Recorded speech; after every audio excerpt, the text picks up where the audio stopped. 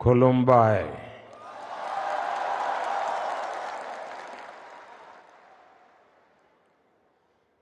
असम के गवर्नर श्रीमान लक्ष्मण प्रसाद आचार्य जी टेक्नोलॉजी के माध्यम से हमारे साथ जुड़े मुख्यमंत्री हिमंता बिस्वा शर्मा जी,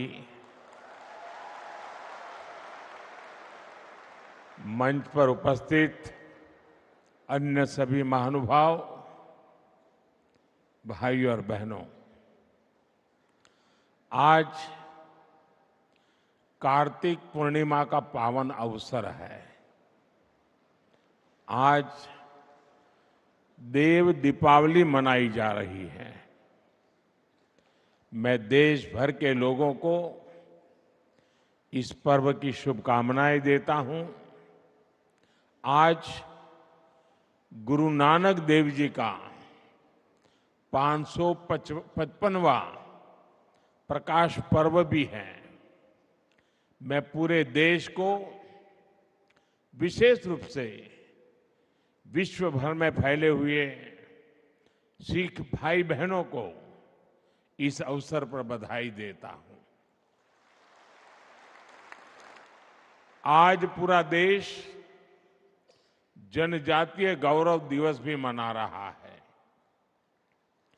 आज ही सुबह में बिहार में जमुई में भगवान बिरसा मुंडा की 150वीं जयंती के कार्यक्रम में शामिल हुआ और अब शाम को यहां पहले बोडो महोत्सव का शुभारंभ हो रहा है। फर्स्ट बोडोलैंड फेस्टिवल में असम समेत देश के अलग अलग राज्यों से बोडो समुदाय के लोग आए हैं। शांति के, संस्कृति के, समृद्धि के नए भविष्य का उत्सव मनाने के लिए जुटे सभी बोडो साथियों का मैं यहां अभिनंदन करता हूं।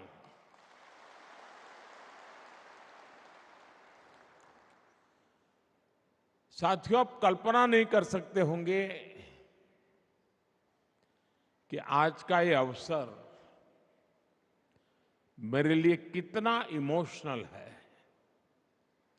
ये पल मुझे भावुक करने वाली पल है, क्योंकि शायद ये दिल्ली में बैठे बैठे एयर कंडीशन कमरों में बैठ करके भांति भांति की थियरियां लिखने वाले देश को बताने वालों को अंदाज नहीं होगा कि कितना बड़ा अवसर है ये।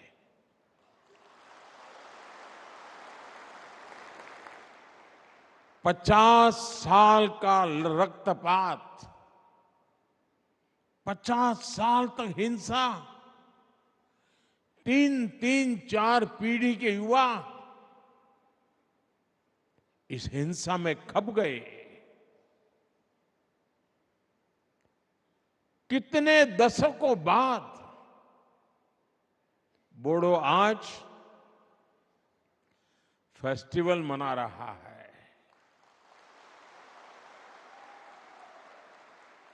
और रणचंडी नृत्य ये अपने आप में बोडो के सामर्थ्य को भी परिचित करवाता है।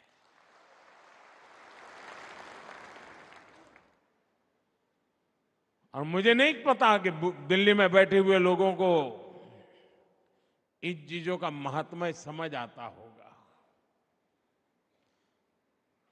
और ये ऐसे ही नहीं हुआ है।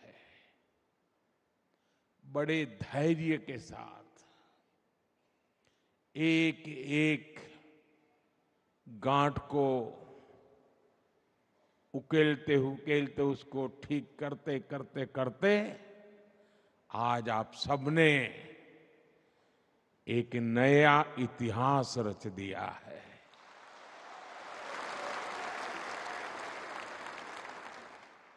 मेरे बोडो भाइयों और बहनों, साल 2020 में बोडो पीस एकॉर्ड, बोडो शांति समझौते के बाद मुझे कोकराझार आने का अवसर मिला था। वहां आपने मुझे जो अपनापन दिया, जो स्नेह मिला, ऐसा लग रहा था कि आप मुझे अपना ही एक मानते हैं, अपनों में से एक मानते हैं।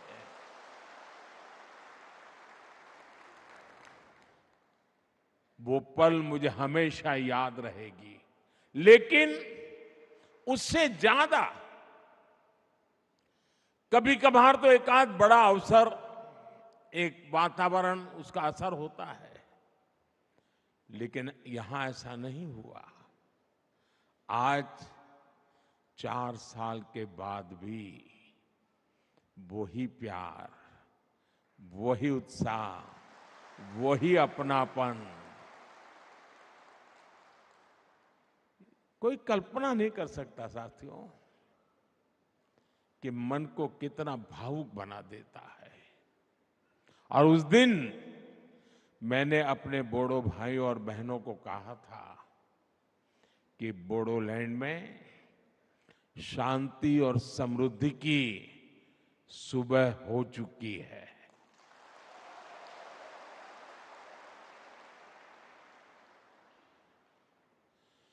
और साथियों, वो मेरे सिर्फ शब्द नहीं थे। उस दिन मैंने जो माहौल देखा था, और शांति के लिए आप हिंसा का राह छोड़ करके निकल चुके थे, शस्त्र दे रहे थे, वो पल बहुत ही भावुक था साथियों। और उसी समय मेरे भीतर एक, मेरे अंदर से आवाज आई थी कि अब मेरे बोडोलैंड में समृद्धि की सुबह हो चुकी है। आज आप सबका उत्साह, आपके चेहरे की खुशी देखकर मैं कह सकता हूं, बोडो लोगों के उज्जवल भविष्य की मजबूत नींव तैयार हो चुकी है।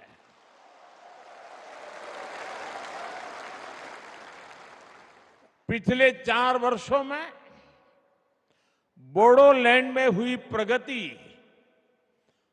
बहुत ही महत्वपूर्ण है। शांति समझौते के बाद बोडोलैंड ने विकास की नई लहर देखी है। आज जब मैं बोडो पीस एकॉर्ड के फायदे देखता हूं, आप लोगों के जीवन पर इसका प्रभाव देखता हूं, तो इतनी मन को तसल्ली मिलती है, इतना मन को खुशी होती है साथियों, आप कल्पना नहीं कर सकते हैं जी। आप पल भर सोचिए, कोई मां उसका इकलौता बेटा, और उस मां ने बहुत लालन पालन से बड़ा किया हो बेटे को, और बेटा अन्य साथियों से मिलकर के, हाथ में हथियार लेकर के, मां को छोड़ करके जंगलों में भटकता हो, उसने जो राह चुनी है, उसको पाने के लिए किसी की भी हत्या करने पर तुला हुआ हो, मां बेबस होकर के निराशा में दिन काट रही हो, और एक दिन पता चले कि मां, तेरा बेटा उन शस्त्रों को छोड़ करके अब तेरे पास वापिस आया है। आप कल्पना कीजिए उस दिन उस मां को कितना आनंद होगा। आज पिछले 4 साल से मैं वही आनंद की अनुभूति करता हूं। मेरे अपने, मेरे नौजवान साथी मेरी प्रार्थना को स्वीकार करके वापस लौट आए और अब हिंदुस्तान का भविष्य बनाने में कंधे से कंधा मिलाकर के मेरे साथ काम कर रहे हैं। ये मेरे जीवन की बहुत बड़ी घटना है साथियों। मेरे मन को बहुत तसल्ली देने वाली घटना है और इसलिए मैं आपका जितना अभिनंदन करूं उतना कम है। और साथियों, बोडो शांति समझौते का लाभ सिर्फ आपको ही हुआ ऐसा नहीं है। बोडो शांति समझौते ने कितने ही अन्य समझौते के लिए नए रास्ते खोले।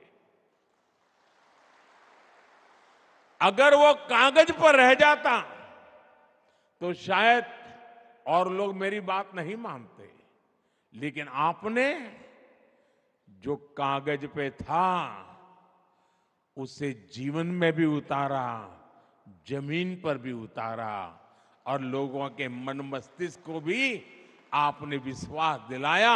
और उसके कारण, आपके इस इनिशिएटिव के कारण और सारे समझौते के रास्ते खुले थे। और इसलिए एक प्रकार से पूरे नॉर्थ ईस्ट में आपने शांति की ज्योत प्रज्वलित की है। दोस्तों, साथियों, इन समझौतों की वजह से सिर्फ असम में ही, ये आंकड़ा मैं फिर कहूंगा, दिल्ली में बैठे बैठे भारतीयों को पता नहीं होगा, सिर्फ असम में ही 10,000 से ज्यादा युवाओं ने हथियार छोड़ा, हिंसा का रास्ता छोड़ा है। ये विकास की मुख्य धारा में वापस लौटे हैं। किसी ने कल्पना नहीं की थी कि कार्बी एंगलोंग समझौता, ब्रू रियांग समझौता, एलएलएफटी त्रिपुरा समझौता, ये सारी बातें एक दिन सच्चाई बन जाएगा। और ये आप सबके सहयोग के कारण ये सब संभव हुआ है साथियों। और इसलिए एक प्रकार से मैं आज, पूरा देश जब जनजातीय गौरव दिवस मना रहा है, तब जब आज भगवान बिरसा मुंडा की जयंती है, तब मैं आज यहां पर आप सबको थैंक यू कहने के लिए आया हूं, धन्यवाद कहने के लिए आया हूं। आपके परिवारजनों को प्रणाम करने के लिए आया हूं।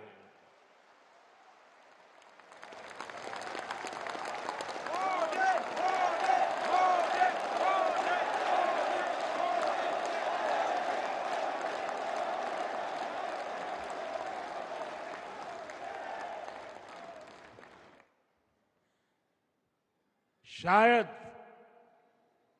जो सपना संजोया हो उसको अपनी आंखों के सामने चरितार्थ होकर के देखते हैं, तब हृदय भावनाओं से भर जाता है दोस्तों।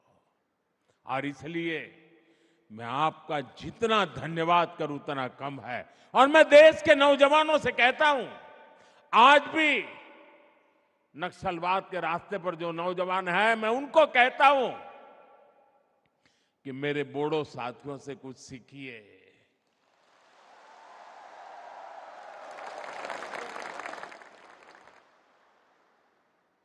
बंदूक को छोड़िए, बम बंदूक पिस्तौल का रास्ता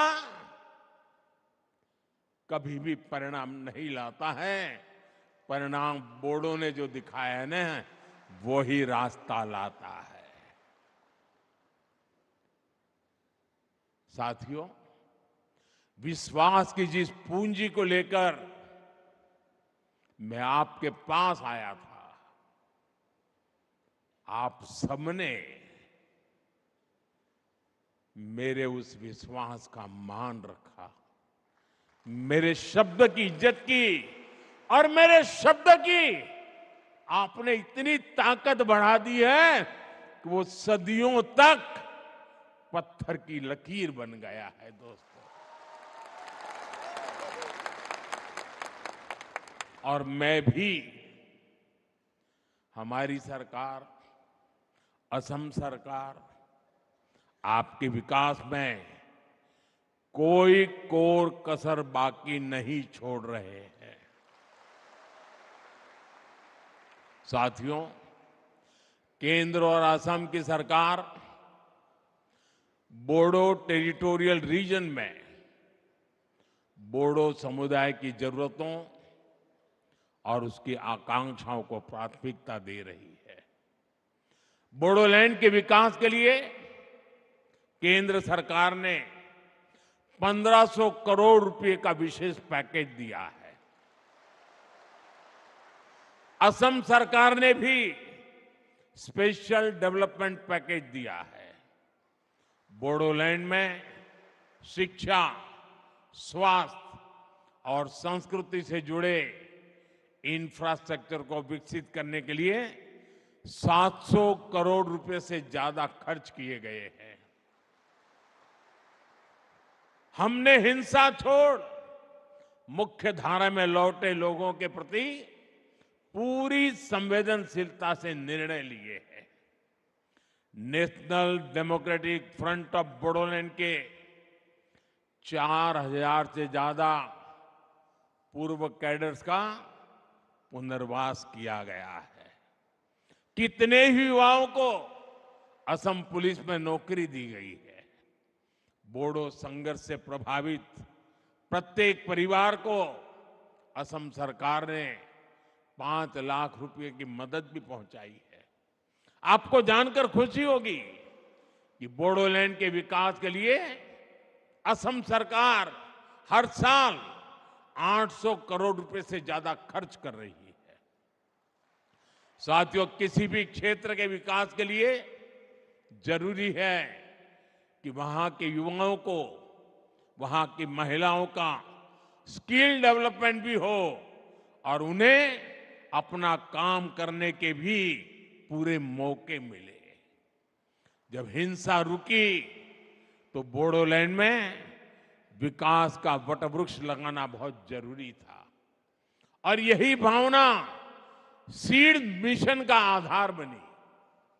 सीड मिशन यानी स्किलिंग, एंटरप्रेन्योरशिप और एम्प्लॉयमेंट डेवलपमेंट के माध्यम से नौजवानों का कल्याण।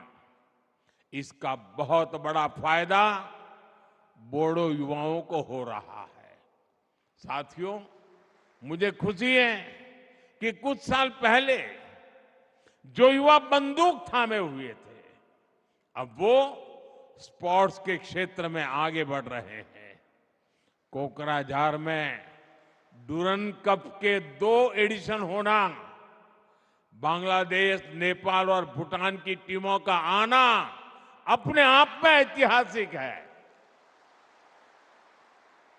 इस शांति समझौते के बाद पिछले 3 साल से कोकराझार में लगातार बोडोलैंड लिटरेरी फेस्टिवल भी हो रहा है, और इसलिए मैं साहित्य परिषद का तो विशेष आभारी हूं।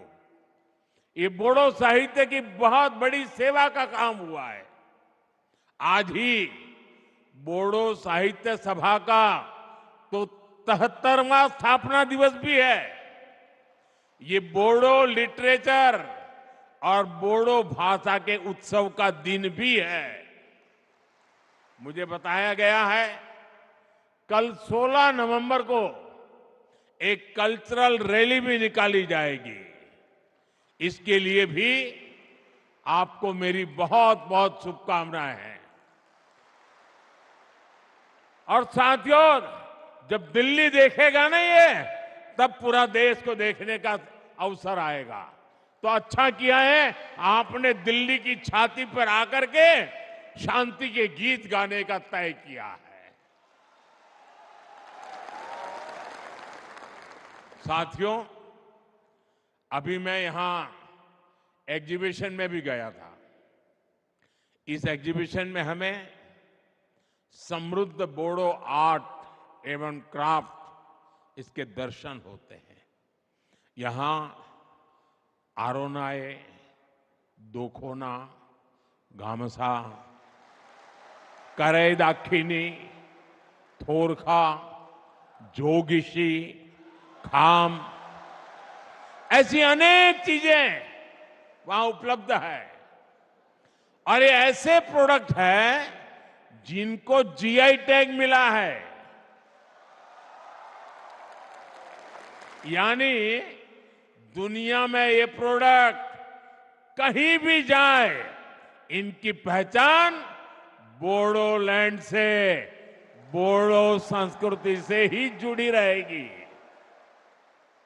और सेरीकल्चर तो हमेशा से बोडो संस्कृति का अहम हिस्सा रहा है। इसलिए हमारी सरकार बोडोलैंड सेरीकल्चर मिशन चला रही है। हर बोडो परिवार में बुनाई की भी परंपरा रही है। बोडोलैंड हैंडलूम मिशन के माध्यम से भी बोडो समुदाय की सांस्कृतिक विरासत को बढ़ावा देने का प्रयास किया गया है। साथियों, असम भारत के टूरिज्म सेक्टर की भी बहुत बड़ी ताकत है। और हमारा बोडोलैंड, जैसे असम भारत के टूरिज्म की ताकत है, वैसे असम के टूरिज्म की ताकत कोई है तो वो बोडोलैंड है। एक समय था जब Manas National Park, Raimona National Park और सीखना जलाओ नेशनल पार्क, इनके घने जंगल अन्य गतिविधियों का ठिकाना बन गए थे। मुझे खुशी है कि जो फॉरेस्ट कभी हाइड आउट हुआ करते थे, वो अब युवाओं की हाई एम्बिशन को पूरा करने का भी माध्यम बन रहे हैं। बोडोलैंड में बढ़ने वाला टूरिज्म यहां के युवाओं के लिए रोजगार के भी अनेकों नए मौके बनाने वाला है। साथियों, आज जब हम ये महोत्सव मना रहे हैं, तो हमें बोडोफा उपेंद्रनाथ ब्रह्मा और गुरुदेव कालीचरण ब्रह्मा का स्मरण आना बहुत स्वाभाविक है।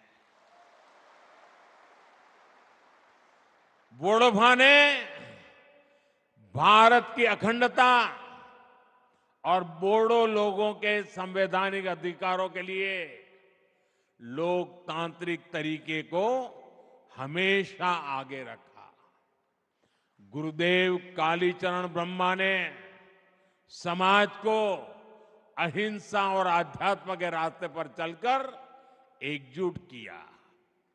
आज मुझे इस बात का संतोष है कि बोडो माताओं बहनों की आंखों में आंसू नहीं, बल्कि उज्जवल भविष्य का सपना है।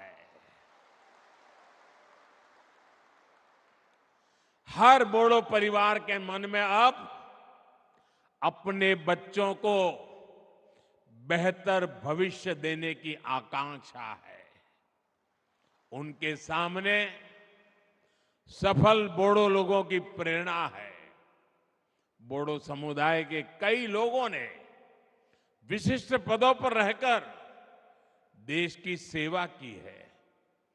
हमारे देश में मुख्य चुनाव आयुक्त इलेक्शन कमीशन रहे श्री हरिशंकर ब्रह्मा, मेघालय के राज्यपाल रहे रणजीत शेखर मुशाहरी जैसे कई हस्तियों ने बोडो समुदाय का मान बढ़ाया है। मुझे खुशी है कि बोडोलैंड के युवा अच्छा करियर बनाने के सपने देख रहे हैं और इन सब में हमारी सरकार, चाहे वो केंद्र में हो या राज्य में, हर बोडो परिवार की साथी बनकर उनके साथ खड़ी है। साथियों, मेरे लिए असम सहित पूरा नॉर्थ ईस्ट भारत की अष्टलक्ष्मी है। अब विकास का सूरज पूरब से उगेगा, पूर्वी भारत से उगेगा, जो विकसित भारत के संकल्प को नई ऊर्जा देगा। इसलिए हम नॉर्थ ईस्ट में स्थायी शांति के लिए निरंतर प्रयास कर रहे हैं। नॉर्थ ईस्ट के राज्यों के बीच के सीमा विवादों का सौहार्द के साथ समाधान खोज रहे हैं। साथियों, बीते दशक में असम के विकास का, नॉर्थ ईस्ट के विकास का सुनहरा दौर शुरू हुआ है। भाजपा एनडीए सरकार की नीतियों के कारण 10 वर्षों में 25 करोड़ लोग गरीबी से बाहर निकले हैं। इनमें असम के भी लाखों साथियों ने गरीबी को मुक्ति पाने के लिए गरीबी के साथ संघर्ष करते हुए गरीबी को पराजित किया है। भाजपा एनडीए की सरकार के दौरान असम विकास के नए रिकॉर्ड बना रहा है। हमारी सरकार ने हेल्थ इंफ्रास्ट्रक्चर पर विशेष फोकस किया है। बीते 1.5 साल में असम को 4 बड़े अस्पताल की सौगात मिली है। गुवाहाटी एम्स और कोकराझार, नालबारी, नागांव मेडिकल कॉलेज की सुविधा से सबकी मुश्किलें कम हुई हैं। असम में कैंसर अस्पताल खुलने से नॉर्थ ईस्ट के मरीजों को बड़ी राहत मिली है। 2014 से पहले असम में 6 मेडिकल कॉलेज थे, आज इनकी संख्या 12 हो गई है। इसके अलावा 12 और नई मेडिकल कॉलेज खोलने की तैयारी है। असम में बढ़ते ये मेडिकल कॉलेज अब युवाओं के लिए अवसरों के नए द्वार खोल रहे हैं। साथियों, बोडो शांति समझौते ने जो रास्ता दिखाया है वो पूरे नॉर्थ ईस्ट की समृद्धि का रास्ता है। मैं बोडो भूमि को सैकड़ों वर्ष पुरानी संस्कृति